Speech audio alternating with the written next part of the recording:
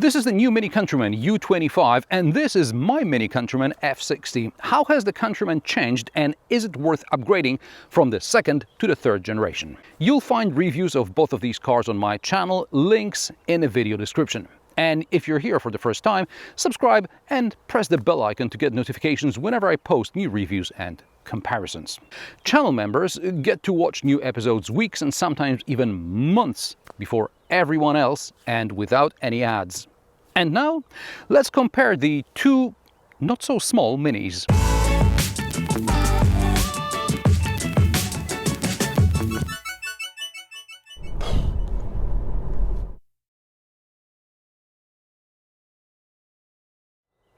We will look at the exterior design, cargo compartment, rear space, cockpit, handling and off-road characteristics. Due to scheduling issues and availability of different engine versions in the press fleet, I'll skip the performance comparison because the test unit is a 300 horsepower John Cooper Works and mine is a Cooper S all 4, but the basics are all the same. The new Countryman has grown. It is 13 centimeters longer, 2 centimeters wider and 8 centimeters higher than its predecessor. The wheelbase is 2 centimeters longer. The Countryman U25 is the size of the current generation BMW X1. The Countryman F60 was significantly smaller than the X1 of its time. The Countryman has always been my least favorite Mini in the model range, said a guy who has been dailying a Countryman for 3 years now. But the Countryman grew on me in specific circumstances, which I discuss in another episode, link in the video description and on the screen. The new Countryman is, in my opinion, too much BMW and not enough Mini. I miss the fridge-style door handles as well as the plastic cladding around the wheel arches that gave the previous generation a more rugged look.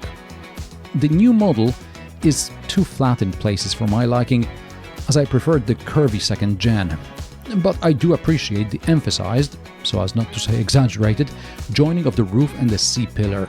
In the F60 it was almost invisible, while in the U25 it is clearly exposed and depending on the version can be personalized. Some even say it looks a bit like the Land Rover Defender. While the F60's taillights, when turned on, display the British flag motif, the U25 can display one of 3 themes on the front and rear. It's a gadget, but I appreciate that the rear lights are illuminated all the time and the theme is always visible. Which generation do you like better? The boot in my Countryman officially has 450 litres in 5-seat configuration, 1390 litres with the second row folded. What you see here is about 320 litres that's above the floor. If I move the bench seat 13 centimeters forward, there is approximately 400 litres above the floor. 450 is with the bench seat moved back, but with underfloor storage. Note that the plug-in hybrid version has a smaller underfloor storage compartment, because plug-in hybrid, and the sliding bench seat was an option, so pay attention when you're looking for a used car. Now, another accessory, which at least for now is unavailable on the new Countryman, is the picnic bench. It takes up some space under the floor and I use it mainly to show off on YouTube like here, but I'm glad I have it. There will now be a lot of numbers, so I'll just display them on the screen. The boot is about 100 centimeters wide between the wheel arches, but closer to the edge of the boot I can squeeze a golf bag across. Depth is 75 centimeters plus 13 centimeters if you slide the rear seat forward. The boot height is 45 centimeters above the floor and 65 centimeters with storage under the floor. There are 2 shopping bag hooks, 2 lights and a 12-volt outlet. The boot can be closed with gesture, remote control or a button on the lid. There's also a separate button to close the tailgate and lock the car, so you don't have to wait for it to close. The new Countryman is bigger and of course has a larger boot. Even if on paper it's still 450 litres and I don't know what's wrong with it. My measurements show that it's about 380 litres above the floor with the bench seat back. Move it forward and it's about 450 litres. Move it back again, but open the underfloor storage and we got like 550 litres, but that's only in the JCW version because all other ICE versions, we're not talking about electric cars today, are mild hybrids and about half of this space is occupied by the additional battery pack. The boot width is also about 100 centimeters between the wheel arches, and closer to the edge a golf bag fits easily as the side niches are deeper than in the previous generation. Boot depth is 82 centimeters plus 13 centimeters with the bench seat moved all the way forward. Height is 47 centimeters above the floor, 69 centimeters including underfloor storage. There are 2 shopping bag hooks, only one light, and a 12-volt outlet. You can also close the boot with gesture, remote control and a button on the boot lid, including a separate button to lock the car. There is also a button to open and close the tow hitch, and here's an interesting fact. When I configured my Countryman, I didn't order a factory tow hitch. I figured that I could easily add one later if needed. It turns out that something that would have cost me about €1,000 to order at the configuration stage costs 3 to 4 times that as a dealer-installed option. Why? It turns out, without a factory tow hitch, the car comes with a standard cooling fan, and if a dealer wants to do it by the book, they need to replace the fan. While homologation data for my car shows I can still tow the same amount without the more efficient fan, I'd be exposing myself to problems if anything broke during the warranty period. So if you plan any towing, order a factory hitch or check the conditions for installing an aftermarket solution before you complete your configuration. I don't know why, but BMW, and therefore also MINI, doesn't cover the sills. But that's one of my very few reservations about the old Countryman. There are huge door pockets, there are pockets in the backs of the seats, there's an armrest with some cup holders, and the backrest splits 40-20-40, but the sliding seat splits 40-60. I am 175 centimeters tall, and in my Countryman I have 17 centimeters of legroom behind the driver's seat set to my driving position and with the bench seat pushed all the way back. However, take into account that the back of the front seats have these indentations for knees. I also have 7 centimeters of headroom, but I can have more if I recline further. The backrest angle is adjustable.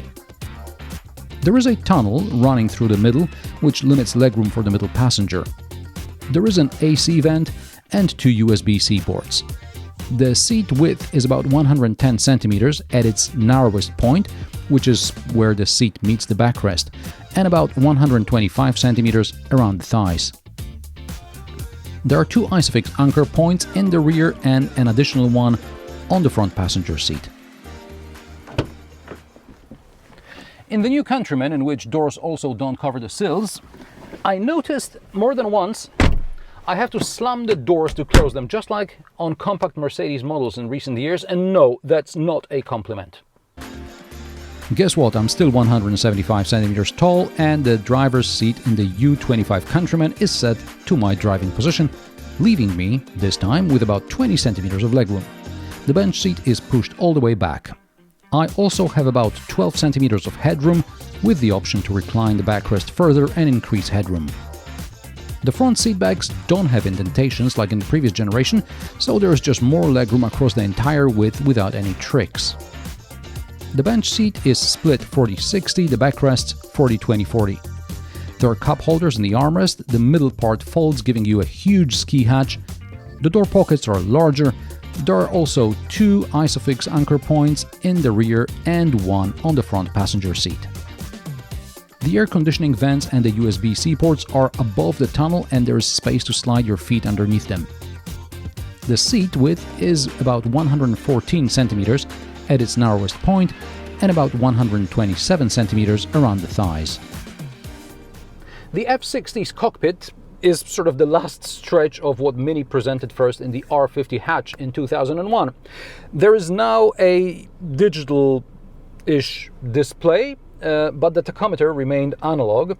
There's also a heads-up display showing speed, speed limit and navigation directions. The central speedometer was replaced by a rectangular infotainment system embedded in a round frame. There was never Android Auto on the second generation, only Apple CarPlay appeared for the last couple of model years. Now this car has an aftermarket Android Auto added on. I have an episode about it, the link is in the video description. Fun fact, while writing the script for this episode, I had to check if the display was touch sensitive. It is, but I still operate it exclusively with the iDrive controller, also because the touch functionality doesn't work in the aftermarket Android Auto. I like that MINI left a lot of physical switches, including for the lights, to operate the climate control, and basic vehicle functions. The only empty space is the driving mode switch, which could still be deleted in 2021. I decided I'm not going to use it, since MINI defaults to normal mode anyway. There are large door pockets, 2 cubbies, good cup holders. There's a wireless charger in the armrest, but it seems to have been designed back in the days of the iPhone 3G. The glove box is as small as that wireless charger. The seats are comfortable and have adjustable lumbar support, as well as seat length. The latter comes in handy for Anna, who would otherwise hit the fire extinguisher or the seat slider lever with her shins. Now, that lever was better designed in the pre-facelift model, and these are not standard seats, but optional ones resulting from the choice of upholstery. There is a new interior concept in the new Countryman. There is no instrument cluster in front of the driver, only a head-up display. All the settings are on the 24-centimeter central round display, and it's really round. I made a separate episode about the MINI OS 9 infotainment, link in the description. I like that some settings can be accessed in several ways. For example, vehicle settings can be pulled up with a button under the display, from the main menu, or by clicking the gear icon on the display. I appreciate this approach because I can choose what's logical for me and not what's logical for someone else. This is the JCW version, so the seats have integrated headrests. I don't like the angle of the headrests, but you can get regular seats in other trims. Also, on warm days I stick to this faux leather upholstery. The voice assistant is available in English and a handful of other languages, not particularly useful as you could just click on the screen. Below the display we have several physical switches. That's the gear selector, the on-off switch, and yes, you turn it to start the car, the drive mode switch, the volume knob. Below are buttons for the vehicle settings menu, parking, including cameras, hazard lights, and front and rear window defroster. All the essentials are available without you having to click on the screen. Further down is a wireless charger for something larger than an iPhone 3G. It took a while. 2 cubbies and a box instead of a storage under the armrest. The armrest slides. The cup holders seem to be for American XXL cups. Maybe it is possible to buy some inserts that will make them more usable in Europe. The glove box is small. The door pockets are decent size, but smaller than in the previous generation.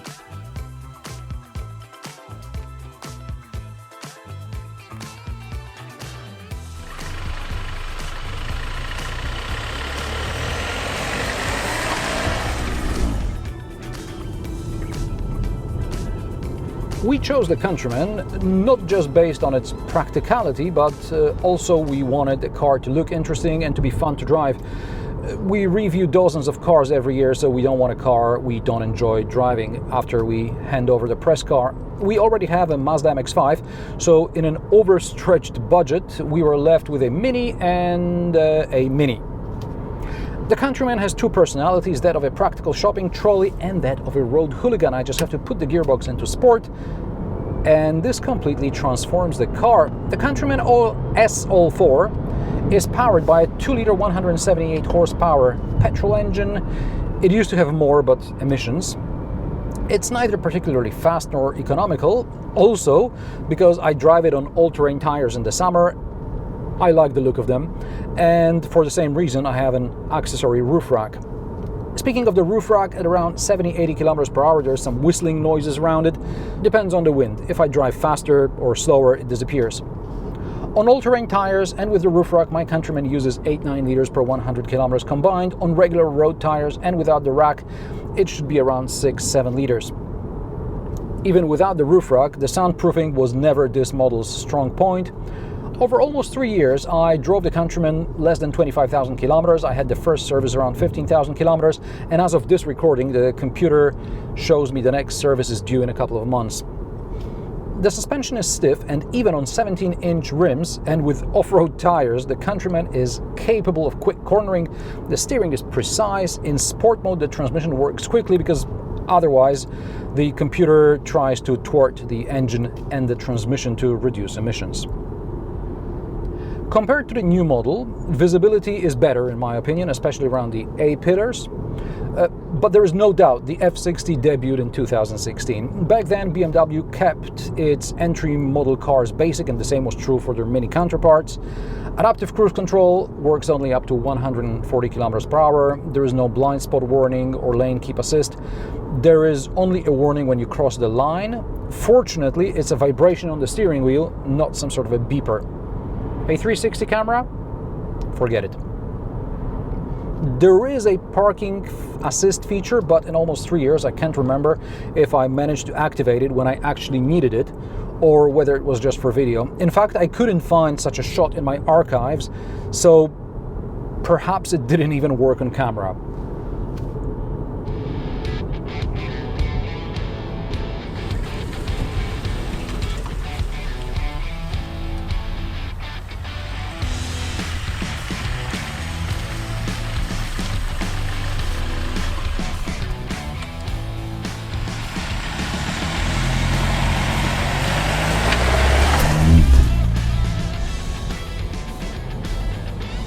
The MINI Countryman U25 can be powered by an internal combustion engine or an electric motor. There's even a cheeky 163 horsepower diesel with a mild hybrid. All ICE options except John Cooper Works are mild hybrids. In addition to the Countryman D, there is also Countryman C, Countryman S All4, JCW All4, E, SE All4, so all-wheel drive is only for the more powerful petrol and electric versions. The EVs have a claimed range of more than 400 kilometers. The 300 horsepower Countryman picks up speed way too fast, so be careful not to lose your driver's license. ISA or intelligent speed assist can be turned off like in a BMW by long pressing the set button on the steering wheel. The promised fuel consumption is around 8 liters per 100 kilometers combined, and this value is achievable as long as you don't take advantage of JCW's capabilities. The engine is a modified B48 2-liter unit from BMW. Now, compared to the previous generation, the new Countryman is much better soundproofed and the suspension has better damping. It would be even better on smaller rims, but this is a JCW, so it has to look the part as well as ride the part.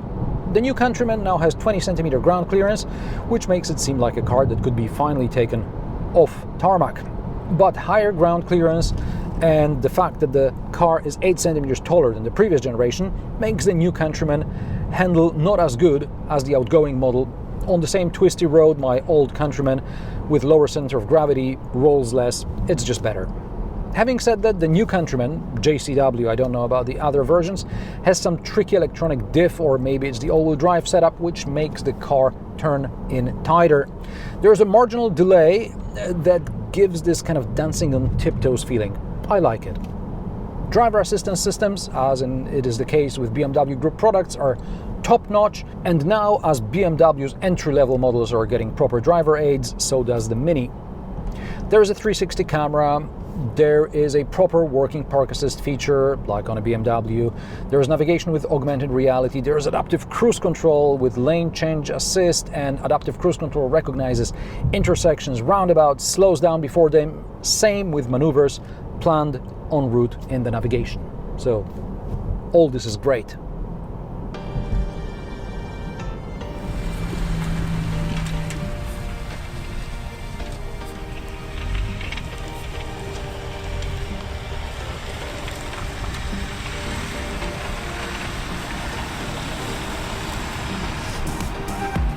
Over these few years, I barely used the Countryman off the beaten path, although I did film a few attempts for various episodes.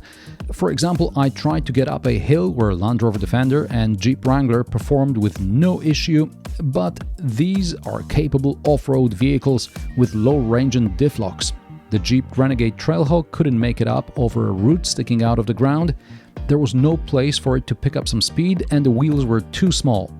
The Renegade Trailhawk has a 21 centimeters ground clearance, and off-road mode, in which the gearbox simulates low-range gear ratio. You can also lock it in permanent all-wheel drive.